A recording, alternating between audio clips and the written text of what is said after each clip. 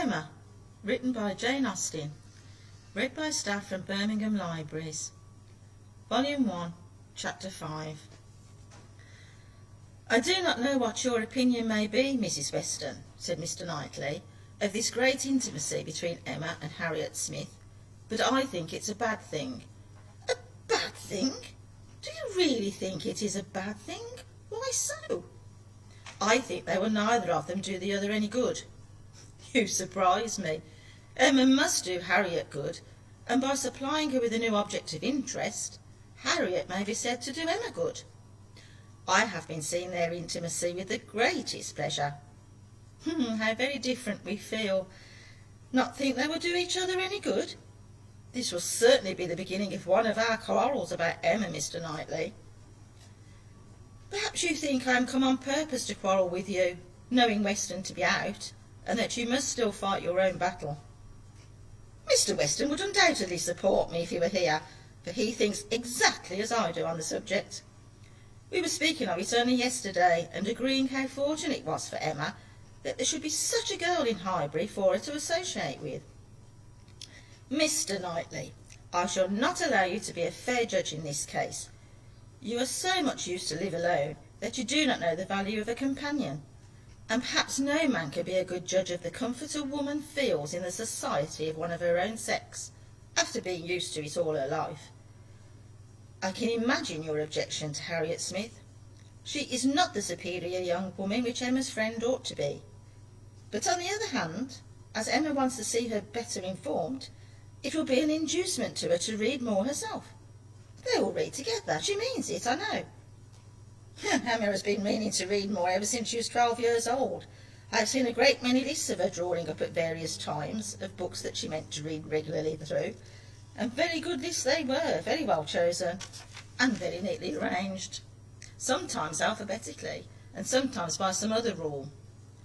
The list she drew up when only 14, I remember thinking it did her judgment so much credit that I preserved it some time, and I dare say she played out a very good list now.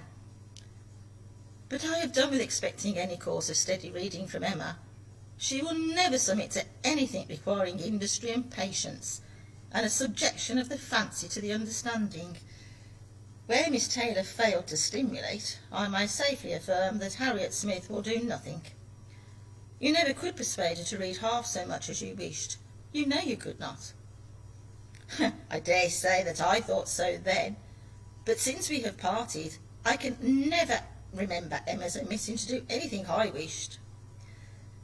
There is hardly any desiring to refresh such a memory as that, said Mr. Knightley feelingly, and for a moment or two he had done. But I, he soon added, who have had no such charm thrown over my senses, must still see, hear, and remember. Emma is spoiled by being the cleverest of her family. At 10 years old she had the misfortune of being able to answer questions which puzzled her sister at 17. She was always quick and assured, Isabella slow and diffident, and ever since she was 12 Emma has been mistress of the house and of you all. In her mother she lost the only person able to cope with her. She inherits her mother's talents, and must have been under subjection to her. I should have been very sorry, Mr. Knightley, to be dependent on your recommendation. Had I quitted Mr. Woodhouse's family and wanted another situation, I do not think he would have spoken a good word for me to anybody. I am sure you always thought me unfit for the office I held. Yes, said he, smiling. You are better placed here, very fit for a wife, but not at all for a governess. But you were preparing yourself to be an excellent wife all the time you were at Hatfield. You might not give Emma such a complete education as your powers would seem to promise, but you were receiving a very good education from her, on the very material matrimonial point of submitting your own will and doing as you were bid. And if Weston had asked me to recommend him a wife, I should certainly have named Miss Taylor. Thank you. There would be very little merit in making a good wife to such a man as Mr. Weston. Why, to own the truth, I am afraid we are rather thrown away, and that with every disposition to bear there will be nothing to be borne. We will not despair, however. Weston may grow cross from the wantonness of comfort, or his son may plague him. I hope not that. It is not likely. No, Mr. Knightley, Do not foretell vexation from that quarter. Not I, indeed. I only name possibilities. I do not pretend to Emma's genius for foretelling and guessing. I hope with all my heart the young man may be a Weston in merit and a Churchill in fortune. But Harriet Smith? I have not half done about Harriet Smith. I think her the very worst sort of companion that Emma could possibly have. She knows nothing herself, and looks upon Emma as knowing everything.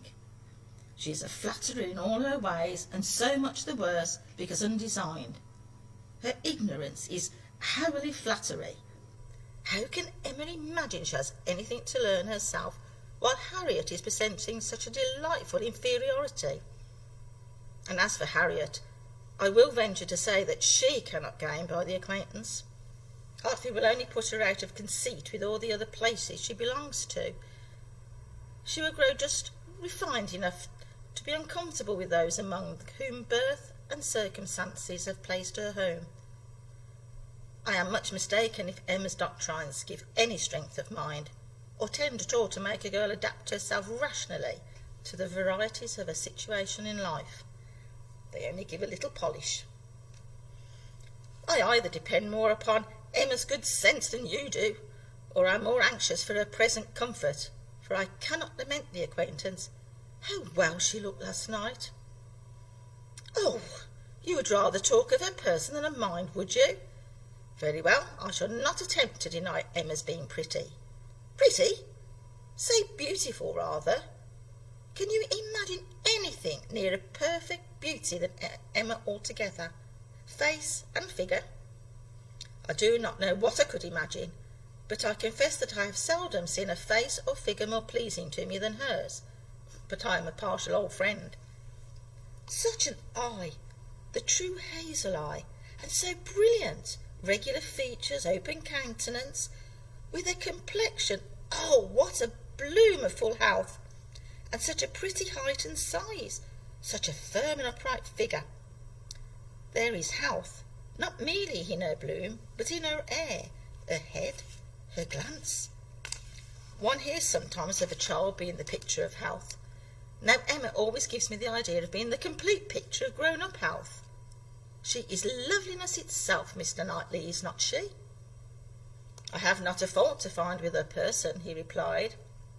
I think her all you describe. I love to look at her, and I will add this praise, that I do not think her personally vain. Considering how very handsome she is, she appears to be little occupied with it. Her vanity lies another way. Mrs. Weston, I am not to be taught out of my dislike of her intimacy with Harriet Smith, or my dread of its doing them both harm. And I, Mr. Knightley, am equally stating my confidence of its not doing them any harm. With all dear Emma's little faults, she is an excellent creature. Where shall we see a better daughter, or a kinder sister, or a truer friend? No, no. She has qualities which may be trusted. She will never lead anyone really wrong. She will make no lasting blunder. Where Emma errs once, she is in the right 100 times. Very well, I will not plague you any more. Emma shall be an angel, and I will keep my spleen to myself till Christmas brings John and Isabella. John loves Emma with a reasonable, and therefore not a blind affection, and Isabella always thinks as he does, except when he's not quite frightened enough about the children. I am sure of having their opinions with me. I know that you all love her really too well to be unjust or unkind, but excuse me, Mr. Knightley, if I take the liberty. I consider myself, as having somewhat of the privilege of speech that Emma's mother might have had. The liberty of hinting that I do not think any possible good can arise from Harriet Smith's intimacy being made a matter of much discussion among you. Pray excuse me, but supposing any little inconvenience may be apprehended from the intimacy, it cannot be expected that Emma, accountable to nobody but her father, who perfectly approves the acquaintance, should put an end to it, so long as it is a source of pleasure to herself. It has been so many years my province to give advice that you cannot be surprised, Mr. Knightley, at this little remains of office. Not at all, cried he. I am much obliged to you for it. It is very good advice, and it shall have a better fate than your advice has often found, for it shall be attended to. Mrs. John Knightley is easily alarmed, and might be made unhappy about her sister. Be satisfied, said he. I will not raise any outcry. I will keep my own humour to myself. I have a very sincere interest in Emma. Isabella doesn't seem my sister, has never excited a greater interest, perhaps hardly so great.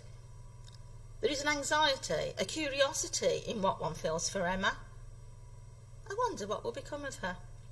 So do I, said Mrs. Weston gently. Very much. She always declares she will never marry, which of course means just nothing at all. But I have no idea that she has yet ever seen a man she cared for. It would not be a bad thing for her to be very much in love with a proper object. I should like to see Emma in love, and in some doubt of a return it would do her good. But there is nobody hereabouts to attach her, and she goes so seldom from home. There does indeed seem as little to tempt her to break her resolution at present, said Mrs. Weston, as can well be. And while she is so happy at Hartfield, I cannot wish her to be forming any attachment which would be creating such difficulties on poor Mr. Woodhouse's account. I do not recommend matrimony at present to Emma, though I mean no slight to the state I assure you. Part of her meaning was to conceal some favourite thoughts of her own and Mr. Weston's on the subject as much as possible. There were wishes at Randalls respecting Emma's destiny, but it wasn't desirable to have them suspected, and the quiet transition which Mr. Knightley soon afterwards made to "What does Weston think of the weather? Shall we have rain?" convinced her that he had nothing more to say or surmise about Hartfield. Emma, written by Jane Austen, read by staff from Birmingham Libraries, Volume 1, Chapter 6. Emma could not feel a doubt of having given Harriet's fancy a proper direction and raised the gratitude of her young vanity to a very good purpose, for she found her decidedly more sensible than before of Mr. Alton's being a remarkably handsome man, with most agreeable manners, and as she had no hesitation in following up the assurance of his admiration by agreeable hints, she was soon pretty confident of creating as much liking on Harriet's side as there could be any occasion for. She was quite convinced of Mr. Alton's being in the fairest way of falling in love, if not in love already. She had no scruple with regard to him. He talked of Harriet and praised her so warmly that she could not suppose anything wanting which a little time would not add. His perception of the striking improvement of Harriet's manner since her introduction at Hartfield was one of the least agreeable proofs of his growing attachment. "You have given Miss Smith all that she required," said he. "You have made her graceful and easy. She was a beautiful creature when she came to you, but in my opinion the attractions you have added are infinitely superior to what she received from nature.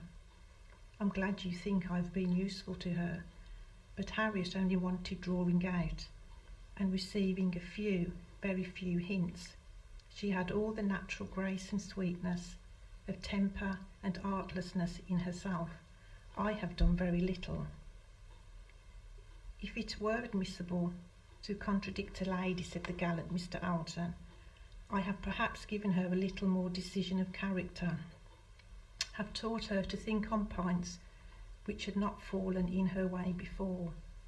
"Exactly so. That is what principally strikes me.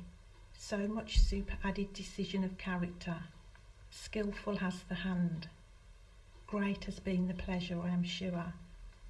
I have never met with a disposition more truly amiable.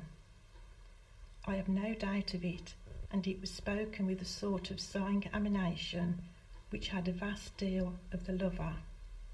She was not less pleased another day with the manner in which he seconded a second wish of hers, to have Harriet's picture.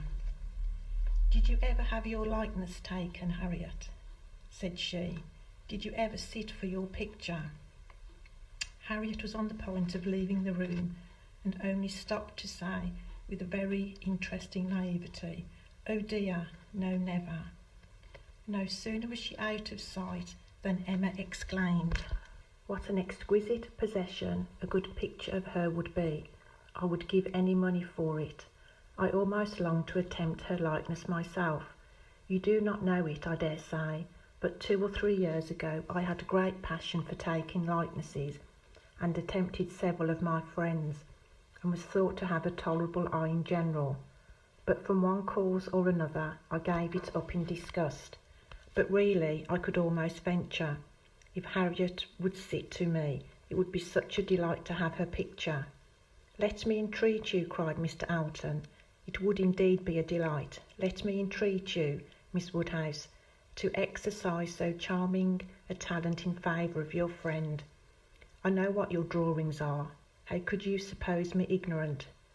It's not this room rich in specimens of your landscapes and flowers, and has not Mrs. Weston some imitable figure-piece in her drawing-room at Randalls?"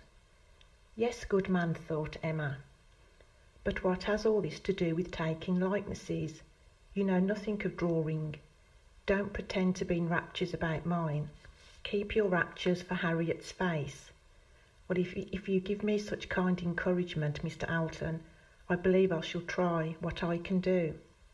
Harriet's features are very delicate, which makes a likeness difficult, and yet there is a peculiarity in the shape of the eye and the lines around the mouth which one ought to catch." "Exactly so. The shape of the eye and the lines around the mouth. I have no doubt of your success. Pray attempt it. As you will do it, it will indeed, to use your own words, be an exquisite possession. But I'm afraid, Mr. Elton, Harriet will not like to sit. She thinks so little of her own beauty. Did not you observe her manner of answering me? How completely it meant, 'Why should my picture be drawn?' Oh yes, I observed it, I assure you. It was not lost on me, but still I cannot imagine she would not be persuaded." Harriet was soon back again, and the proposal almost immediately made, and she had no scruples which could stand many minutes against the earnest pressing of both the others. Emma wished to go to work directly, and therefore produced the portfolio containing her various attempts at portraits, for not one of them had ever been finished, that they might decide together on the best size for Harriet. Her many beginnings were displayed: miniatures, half-lengths, whole-lengths, pencil, crayon, and watercolours had all been tried in turn. She had always wanted to do everything, and had made more progress, both in drawing and music, than many might have done with so little labour as she would ever submit to. She played and sang, and drew in almost every style, but steadiness had always been wanting, and in nothing had she approached the degree of excellence which she would have been glad to command, and ought not to have failed of. She was not much deceived as to her own skill either, as an artist or a musician, but she was not unwilling to have others deceived, or sorry to know her reputation for accomplishment often higher than it deserved. There was merit in every drawing, in the least finished, perhaps the most, her style was spirited. But had there been much less, or had there been 10 times more, the delight and admiration of her 2 companions would have been the same. They were both in ecstasies. A likeness pleases everybody, and Miss Woodhouse's performances must be capital. "No great variety of faces for you," said Emma. "I had only my own family to study from. There is my father, another of my father, but the idea of sitting for his picture made him so nervous that I could only take him by stealth. Neither of them very like, therefore. Mrs. Weston again and again and again, you see. Dear Mrs. Weston, always my kindest friend on every occasion. She would sit whenever I asked her. There is my sister, and really quite her own little elegant figure, and the face not unlike. I should have made a good likeness of her if she would have sat longer, but she was in such a hurry to have me draw her 4 children that she would not be quiet. Then here come all my attempts at 3 of those 4 children. There they are, Henry and John and Bella, from one end of the sheet to the other, and any one of them might do for any one of the rest.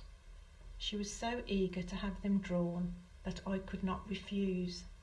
But there is no making children of 3 or 4 years old stand still, you know, nor can it be very easy to take any likeness of them beyond the air and the complexion, unless they are coarser featured than any of Mamma's children ever were. Here is my sketch of the 4th, who was a baby. I took him as he was sleeping on the sofa, and it is as strong a likeness of his cockade as you would wish to see.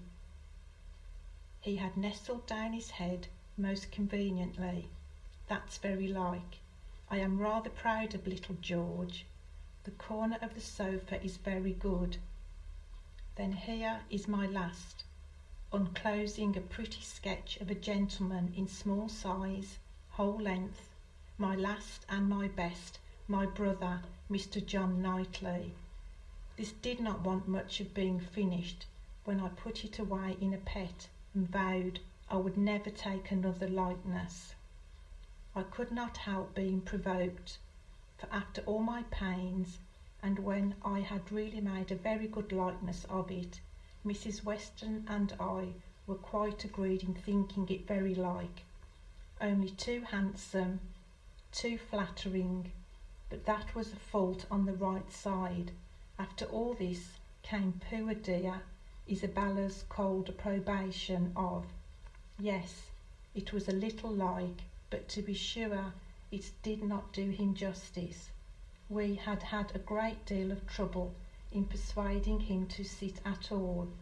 It was made a great favour of, and altogether it was more than I could bear, and so I never would finish it, to have it apologised over as an unfavourable likeness to every morning visitor in Brunswick Square, and as I said, I did then forswear ever drawing anybody again, but for Harriet's sake, or rather for my own, and as there are no husbands and wives in the case at present, I will break my resolution now. Mr. Elton seemed very properly struck and delighted by the idea, and was repeating, no husbands and wives in the case at present indeed, as you observe. Exactly so, no husbands and wives, with so interesting a consciousness that Emma began to consider whether she had not better leave them together at once. But as she wanted to be drawing, the declaration must wait a little longer. She had soon fixed on the size and sort of portrait.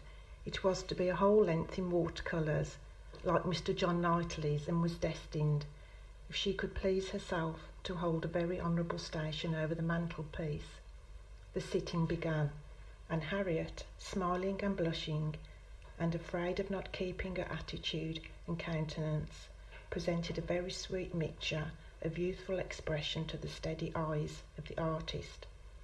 But there was no doing anything, with Mr. Elton's fidgeting behind her and watching every touch.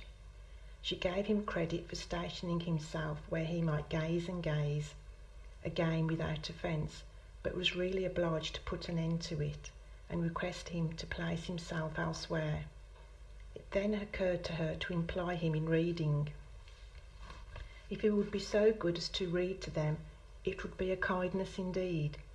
It would amuse away the difficulties of her part, and lessen the irksomeness of Miss Smith's. Mr. Elton was only too happy. Harriet listened, and Emma drew in peace. She must allow him to still frequently come in to look. Anything less would certainly have been too little in a lover, and he was ready at the smallest intermission of the pencil to jump up and see the progress and be charmed. There was no being displeased with such an encourager, for his admiration made him discern a likeness almost before it was possible. She could not respect his eye, but his love and his compliance were unexceptionable. The sitting was altogether very satisfactory. She was quite enough pleased with the first day's sketch. to wish to go on. There was no want of lightness, and she had been fortunate in the attitude, and as she meant to throw in a little improvement of the figure, to give a little more height and considerably more elegance. She had great confidence of it being in every way a pretty drawing at least, and of its filling its destined place with credit to them both, a standing memorial of the beauty of one, the skill of another, and the friendship of both, was as many other agreeable associations as Mr. Alton's very promising attachment was likely to add. Harriet was to sit again the next day, and Mr. Alton, just as he ought, entreated for the permission of attending and reading to them again.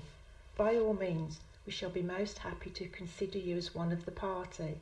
The same civilities and courtesies, the same success and satisfaction took place on the morrow, and accompanied the whole progress of the picture, which was rapid and happy. Everybody who saw it was pleased, but Mr. Alton was in continual raptures and defended it through every criticism. Miss Woodhouse has given her friend the only beauty she wanted, observed Mrs. Weston to him, not in the least suspecting that she was addressing a lover. The expression of the eye is most correct, but Miss Smith has not those eyebrows and eyelashes. It is the fault of her face that she has them not. Do you think so? Replied he. I cannot agree with you. It appears to me a most perfect resemblance in every feature. I never saw such a likeness in my life. We must allow for the effect of shade, you know. You have made her too tall, Emma, said Mr. Knightley. Emma knew that she had, but would not own it, and Mr. Alton warmly added, Oh no, certainly not too tall, not in the least too tall. Consider she is sitting down, which naturally presents a different, which in short gives exactly the idea, and the proportions must be preserved. You know, proportions, foreshortening. Oh no, it gives one exactly the idea of such a height as Miss Smith's. Exactly so indeed. It is very pretty, said Mr. Woodhouse. So prettily done, just as your drawings always are, my dear. I do not know anybody who draws so well as you do. The only thing I do not thoroughly like is that she seems to be sitting out of doors, and with only a little shawl over her shoulders, and it makes one think she must catch cold. But, my dear papa, it is supposed to be summer, a warm day in summer. Look at the tree. But it is never safe to sit out of doors, my dear. You, sir, may say anything, cried Mr. Alton, but I must confess that I regard it as a most happy thought, the placing of Miss Smith out of doors, and the tree is touched with such imitable spirit. Any other situation would have been much less in character. The naivety of Miss Smith's manners, and altogether, oh, it is most admirable. I cannot keep my eyes from it. I never saw such a likeness. The next thing wanted was to get the picture framed, and here were a few difficulties. It must be done directly. It must be done in London. The order must go through the hands of some intelligent person whose taste could be depended upon, and Isabella, the usual doer of all commissions, must not be applied to, because it was December, and Mr. Woodhouse could not bear the idea of her stirring out of her house in the fogs of December. But no sooner was the distress known to Mr. Alton than it was removed. His gallantry was always on the alert. Might he be trusted with the commission? What infinite pleasure should he have in executing it? He could ride to London at any time. It was impossible to say how much he should be gratified by being employed on such an errand. He was too good. She could not endure the thought. She would not give him such a troublesome office for the world. Brought on the desired repetition of entreaties and assurances, and a very few minutes settled the business. Mr. Alton was to take the drawing to London, choose the frame, and give the directions, and Emma thought she could so pack it as to ensure its safety without much incommoding him, while he seemed most fearful of not being incommoded enough. What a precious deposit, said he with a tender sigh as he received it. This man is almost too gallant to be in love, thought Emma. I should say so, but that I suppose there may be 100 different ways of being in love. He is an excellent young man, and will suit Harriet exactly.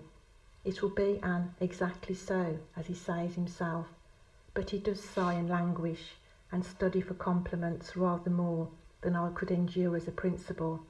I come in for a pretty good share as a second, but it is his gratitude on Harriet's account.